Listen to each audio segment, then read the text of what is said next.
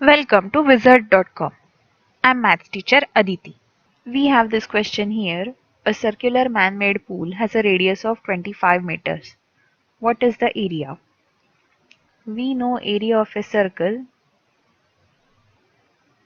is given by pi r square, where value of pi is 3.14.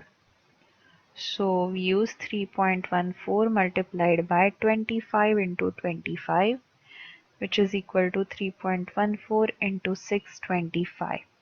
So let's perform this operation here. 3.14, 4 5s are 20, 4 2s are 8 plus 2 is 10, 4 6s are 24 plus 1 is 25, 1 5s are 5, 1 2s are 2, 1 6s are 6, 3 5s are 15, 3 2s are 6 plus 1 7, 3 6 are 18.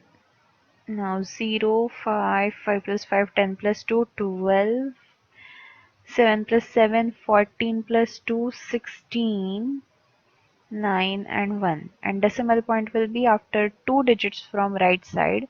So over here. So we got answer as 1962.50. And since this is area, the unit will be square meters. Since radius is 25 meters. So answer is option B.